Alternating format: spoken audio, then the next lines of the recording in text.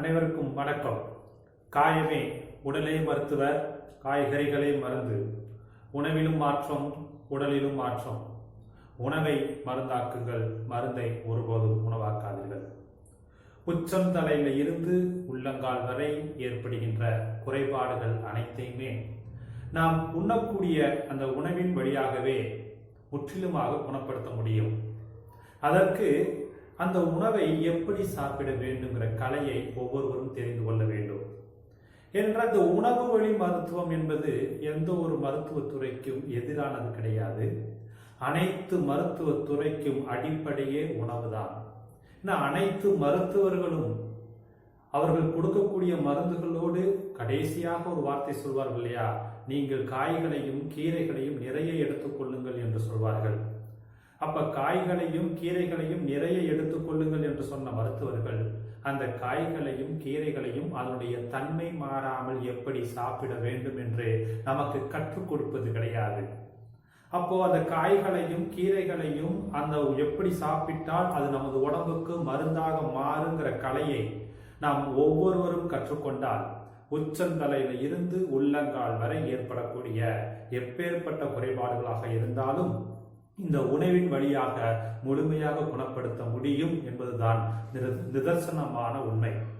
அப்ப அந்த உணவு என்பது நம்மளை சுற்றி விளையக்கூடிய காய்கறிகள், நம்மளை சுற்றி இருக்கக்கூடிய கீரைகள், நம்மளை சுற்றி இருக்கக்கூடிய அந்த பாரம்பரிய அரிசிகள், இந்த மூன்றையும் கொண்டே அனைத்து நோய்களிலிருந்தும் நாம் விடுபடலாம் என்கிற இயற்கையினுடைய தத்துவத்தின் அடிப்படையில நாம் தினமும் ஒரு மருத்துவ சிந்தனை பார்த்து கொண்டிருக்கின்றோம். அந்த மருத்துவ சிந்தனையில தினமும் ஒரு சூரணம் பார்த்து கொண்டிருக்கின்றோம். இந்த சூரணம் என்பது கீரை வகைகளை கொண்டு ஒரு எளிதாக செய்யக்கூடிய ஒரு சூரணம். இந்த கீரைகள் நம்மளது வீட்டுக்கு அருகில் உள்ள தினந்தோறும் நம் கண் முன்னாடியே விளைந்து இருக்கக்கூடிய ஒரு கீரைகளை கொண்டுதான் ஒரு சூரணம் செய்கிறோம். எதற்காக கீரைகளை கொண்டு நாம் சூரணம் செய்கிறோம் என்றால், இன்றைய காலகட்டத்தில் கீரைகள் தொடர்ந்து கிடைப்பது என்பது மிகவும் அரிதாகி கொண்டேதான் வருகின்றது. அப்போ ஒரு வாரத்துக்கு கிடைத்த கீரைகள் அடுத்த வாரம் கிடைப்பது கிடையாது. அதனால கீரைகள் நமக்கு முன்னாடி நிறைய கிடைக்கும் பொழுது அந்த கீரைகளை வாங்கி அதனை சூரணமாக செய்து வைத்துக் கொண்டோம் என்றால், அந்த கீரை கிடைக்காத பட்சத்துல இந்த சூரணத்தை நாம் உணவாகவும் மருந்தாகவும் எடுத்துக்கொண்டால், அந்த பச்சையாக சாப்பிட்டால் அந்த கீரைகள் என்ன பலனை கொடுக்குமோ அனைத்து பலன்களையும் நிறைந்ததுதான் இந்த சூரணம்.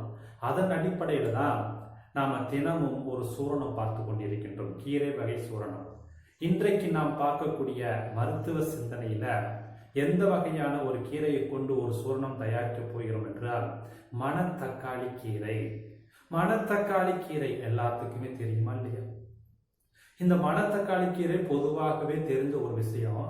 தீராத மலச்சிக்கலை போக்குவதற்கு இந்த மணத்தக்காளி கீரை உதவும் என்பது தமிழ்நாட்டில் இருக்கக்கூடிய அனைவருக்குமே தெரிந்த ஒரு விஷயம். அதாவது மணத்தக்காளி கீரை அல்லது சுக்கிடி கீரை என்று சொல்வார்கள் வழக்கு மொழியில. அப்போ இந்த மணத்தக்காளி கீரையை கொண்டு ஒரு சூரணம் செய்ய போகின்றோம். இந்த மணத்தக்காளி கீரை மலச்சிக்கலை மட்டும் போக்காது, நன்றாக புரிந்து கொள்ளுங்கள்.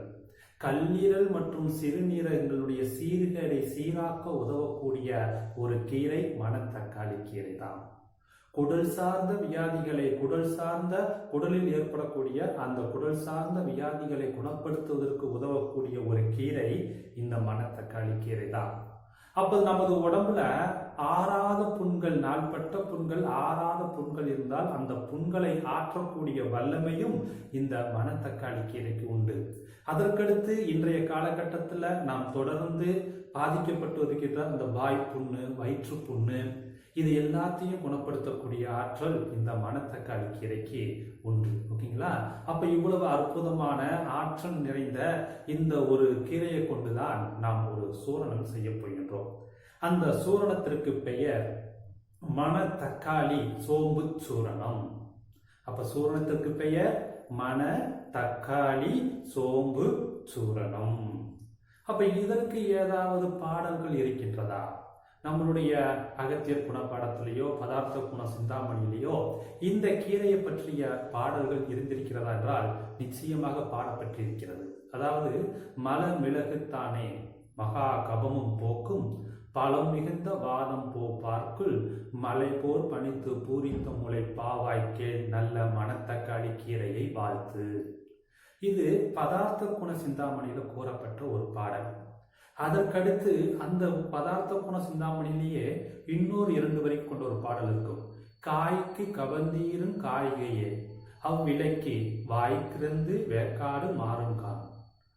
அப்ப இந்த 2 பாடலுமே பதார்த்த குண சிந்தாமணியில இந்த மணத்தக்காளியை பற்றி பாடல் வடிவத்தில் கூறப்பட்டிருக்கின்றது. அதாவது இந்த பாடலினுடைய அர்த்தம் என்னன்னா, நமக்கு ஏற்படக்கூடிய வாய்ப்புண்ணு, வயிற்றுப்புண்ணு, தீராத மலச்சிக்கல், நாள்பட்ட கபம் சார்ந்த பிரச்சனைகள், வாத நோய்களை குணப்படுத்தக்கூடிய ஆற்றல் நிறைந்ததுதான் இந்த மணத்தக்காளி கீரை. அப்ப இவ்வளவு அற்புதமான ஆற்றல் நிறைந்த அந்த கீரையை வச்சுக்கிட்டு நம்ம ஒரு சூரணம் செய்யலாம் இல்லையா? அந்த சூரணத்திற்கு பெயர் என்ன சொன்னோம்? மணத்தக்காளி சோம்பு சூரணம். ஓகேங்களா? இப்போ இந்த மணத்தக்காளி கீரை சோம்பு சூரணம் செய்வதற்கு தேவையான பொருட்கள் என்னங்கிறத தெரிஞ்சுக்கணும் இல்லையா? அப்போ ஒரு மணத்தக்காளி கீரை நன்கு உலர வைத்தது ஒரு 1/2 கிலோ அளவுக்கு எடுத்துக்கிறோம். மணத்தக்காளி கீரைய நன்கு உலர வைத்தது ஒரு 1/2 கிலோ. மிளகு ஒரு 10 கிராம், சீரகம் ஒரு 20 கிராம், சோம்பு ஒரு 30 கிராம். இந்த 4 பொருள் தான் இந்த மணத்தக்காளி கீரை சோம்பு சூரணம் செய்வதற்கு. என்னென்ன பொருள் பார்த்தோம்? 1 மணத்தக்காளி கீரை, இது நன்கு உலர வைத்தது 1/2 கிலோ. 2வது மிளகு, 3வது சீரகம், 4வது சோம்பு. இதை வச்சுதான் நாம சூரணம் செய்ய போறோம். அப்போ சூரணம் செய்வதற்கு தேவையான பொருட்களை நாம் தயாரித்து வச்சுக்கிட்டோம். இப்ப இது எப்படி செய்வதுங்கிறத பார்க்கலாம். முதல்ல என்ன செய்யணும்? தேவையான அளவுக்கு மணத்தக்காளி கீரையை வாங்கிக்கிறணும். அந்த கீரையை பொறுத்தளவுல நம்ம என்ன செய்யலாம்? அப்போ பழுப்பு இலைகள் எல்லாம் நீக்கி, அதனுடைய பழுப்பு இலைகள் எல்லாம் நீக்கி விட்டு ஓட்டை உடசில் உள்ள கீரைகளை நம்ம என்ன செய்யணும்? அதெல்லாம் நீக்கிட்டு நல்ல கீரைகளை தேர்ந்தெடுத்து அதை நிழலில் உலர வைக்க வேண்டும். அதற்கடுத்து நன்கு உலர்ந்ததுக்கு அப்புறம் அந்த கீரையை நம்ம என்ன செய்யணும்? அதை எடுத்து மிக்சியில போட்டு அரைச்சு பொடி பண்ணி வச்சுக்கணும். அப்ப பொடி செய்யறதுக்கு முன்னாடி நன்கு உலர்ந்த கீரையுடன் அந்த நம்ம சோம்பு, சீரகம், மிளகு இருக்கு இல்லையா, அதையெல்லாம் சேர்த்து ஒன்னா கலந்து அப்புறமேல் பொடி செஞ்சு வச்சுக்கணும். ஓகேங்களா? அப்ப செய்முறை என்ன சொன்னா, முதல்ல நாம என்ன செய்யணும்? இந்த மணத்தக்காளி கீரையை எடுத்து அதுல இருக்கக்கூடிய பழுப்பு இலைகளை நீக்கிவிட்டு, அப்போ ஓட்டை உடைசில் உள்ள இலைகளை நீக்கிவிட்டு அதை நன்கு நிழலில் ஊற வைக்கணும். 2வது மிளகு, சீரகம், சோம்பு இதெல்லாம் சுத்தப்படுத்தி வச்சுக்கிட்டு இந்த நன்கு உலர்ந்து இருக்கக்கூடிய மணத்தக்காளி கீரையில இந்த 3ஐயும் சேர்ந்து ஒன்றாக கலந்து மிக்சியில போட்டு அரைச்சு பொடி பண்ணி வச்சுக்கிறோம். ஓகேங்களா? அப்போ இப்ப நம்ம என்ன பண்ணோம்? சூரணத்தை செஞ்சாச்சு. இது எப்படி சாப்பிடுவது? அப்ப தினந்தோறும் காலை மற்றும் இரவு வேளை சாப்பாட்டிற்கு முன்பு மருந்தாக சாப்பிட வேண்டும் என்று நினைப்பவர்கள் 1 ஸ்பூன் அளவுக்கு எடுத்து சுடு நீரில கலந்து நீங்க சாப்பிட்டுட்டு வரலாம். எப்பொழுது? காலை மற்றும் இரவு வேளை சாப்பாட்டுக்கு முன்பு. ஓகேங்களா? அப்ப இதை உணவாக எடுத்துக்கொள்ள வேண்டும் விரும்புவர்கள் இயற்கை உணவாகவே இதை நீங்க சாம்பார்ல போடலாம், சுடு சாதத்துல பிசைந்து சாப்பிடலாம், சாதாரணமா சுடுநீரில் கலந்து குடிக்கலாம். அப்ப எந்த விதத்திலேயாவது மணத்தக்காளி கீரை கிடைக்காத பட்சத்துல இந்த சூரணத்தை நீங்கள் இயற்கை உணவாகவும் இயற்கை மருந்தாகவும் நீங்கள் தொடர்ந்து சாப்பிட்டுக்கிட்டு வந்தோம்னா என்னென்ன பிரச்சனைகளை இது குணப்படுத்தும் என்றால், முக்கியமாக நாம் சொல்ல போவது என்னன்னா, கல்லீரல் மற்றும் சிறுநீரகம் சார்ந்த குறைபாடுகளை தீர்க்க உதவுவது இந்த மணத்தக்காளி கீரை சோம்பு சூரணம். 1. அதுக்கடுத்து தீராத மலச்சிக்கல் குறைபாட்டை சீராக்க உதவுவது இந்த மணத்தக்காளி கீரை சோம்பு சூரணம். 3வது வாய்ப்புண் மற்றும் வயிற்றுப்புண்ணை குணப்படுத்தக்கூடிய ஆற்றல் நிறைந்தது இந்த மணத்தக்காளி கீரை சோம்பு சூரணம். 4வது குடல் சார்ந்த வியாதிகளை குணப்படுத்தக்கூடிய ஆற்றல் மிகுந்த ஒரு சூரணம் மணத்தக்காளி கீரை சோம்பு சூரணம்.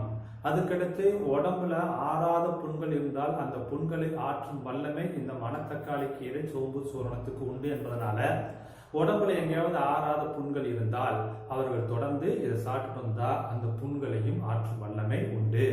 அதற்கடுத்து இதே மணத்தக்காளி கீரை சோம்பு சூரணத்தை நாள்பட்ட கபம் சார்ந்த வியாதினால் பாதிக்கப்பட்டவர்கள் தொடர்ந்து மருந்தாகவும் இதனை இயற்கை உணவாகவும் எடுத்துக்கிட்டு வந்தோம்னா நாள்பட்ட கபம் சார்ந்த குறைபாடுகளில் இருந்தும் அவர்கள் எளிதில் விடுபடலாம். இதற்கு அனைத்தையும் விட முக்கியமாக இந்த மணத்தக்காளி கீரை சோம்பு சூரணம் எதற்கு பயன்படும் என்றால் சொரியாசிஸ் என்று சொல்லக்கூடிய தோல் சார்ந்த வியாதிகளை குணப்படுத்துவதற்கு அற்புதமான இது உணவாகவும் மருந்தாகவும் பயன்படக்கூடிய இந்த மணத்தக்காளி கீரை சோம்பு சூரணம் தான். அப்ப தொடர்ந்து சொரியாசிஸினால் பாதிக்கப்பட்டிருப்பவர்கள் தொடர்ந்து இந்த மணத்தக்காளி கீரை சோம்பு சூரணத்தை தொடர்ந்து சாப்பிட்டு வந்தோம்னா சொரியாசிஸில் இருந்து விடுபடுவதற்கு இது உணவாகவும் மருந்தாகவும் அமையும். அப்போ இவ்வளவு ஆற்றல் நிறைந்த இவ்வளவு அற்புதங்கள் நிறைந்த இந்த மணத்தக்காளி கீரை சோம்பு சூரணத்தை நம்ம செஞ்சு அப்ப நமது வீட்டில் இருக்கக்கூடிய அத்தியாவசியமான பொருள்ல இதையும் நாம் பயன்படுத்திக் கொள்ள வேண்டும். ஏனென்றால் இன்றைக்கு மலச்சிக்கல் இல்லாமல் யாரும் கிடையாது. வாய்ப்புண்ணு, வயிற்றுப்புண்ணு, உடல் சார்ந்த பிரச்சனைகள் எல்லாமே இன்னைக்கு வீட்டுக்கு ஒருவராவது பாதிக்கப்பட்டிருக்கின்றோம். அப்போ நிச்சயமாக இதனை மருந்தாகவும் உணவாகவும் நீங்க தயாரிச்சுக்கிட்டா அப்போ யாருக்கு இந்த மருந்தாக தேவைப்படுபவர்களுக்கு மருந்தாகவும் இயற்கை உணவாகவும் இதை சாப்பிட்டு வந்தா இந்த பிரச்சனையிலிருந்து விடுபடலாமா இல்லையா? அப்போ நம்ம வீட்டில் உள்ளவர்கள் வெளியில் வேலை செய்து கொண்டிருப்பார்கள். அவர்களுக்கு இந்த சூரணத்தை செஞ்சு கொடுத்தா, ஏன்னா ஹோட்டல்ல சாப்பிடுவாங்க, நிறைய பேர் ஹாஸ்டல்ல சாப்பிடுவாங்க. அப்ப வெளி இடத்துல சாப்பிடும் பொழுது நிச்சயமாக அவங்களுக்கு வயிறு சார்ந்த குறைபாடுகள்லாம் ஏற்படும். அப்ப அந்த மாதிரி வெளியில் தங்கி படிப்பதற்கோ அல்லது வேலை செய்வதற்கோ இருக்கக்கூடிய நம்மளுடைய குழந்தைகளுக்கோ வீட்டுக்காரருக்கோ என்ன செய்யலாம், இந்த மாதிரி சூரணத்தை செஞ்சு அவங்களுக்கு கொடுத்து விட்டா அவங்களும் பயனடைவாங்க இல்லையா? அப்ப வீட்டுல இருக்கக்கூடிய அத்தியாவசியமான சூரணத்துல இந்த மணத்தக்காளி கீரை சோம்பு சூரணத்தை நீ என்ன செய்யணும், இனிமேல ஆட் பண்ணிக்கங்க. அப்ப இதை நாம பயன்படுத்தினா மட்டும் போதாது, அடுத்தவர்களுக்கும் அருகில் உள்ளவர்களுக்கும் இந்த சூரணத்தை கொடுத்து அதனுடைய பலனை உணரச் செய்து இந்த சூரணத்தை எப்படி கற்றுக்கொள்ள வேண்டும் என்பதை அவர்களுக்கும் கற்றுக் கொடுத்தால் அவர்கள் வாழ்த்துவார்கள், நாம் வாழ்வோம். ஓகேங்களா? மீண்டும் நம்ம என்ன செய்யலாம், நாளைக்கு இன்னொரு சூரணம் தயாரிக்கிறது எப்படிங்கிறத பார்க்கலாமா? ஓகே, நன்றி.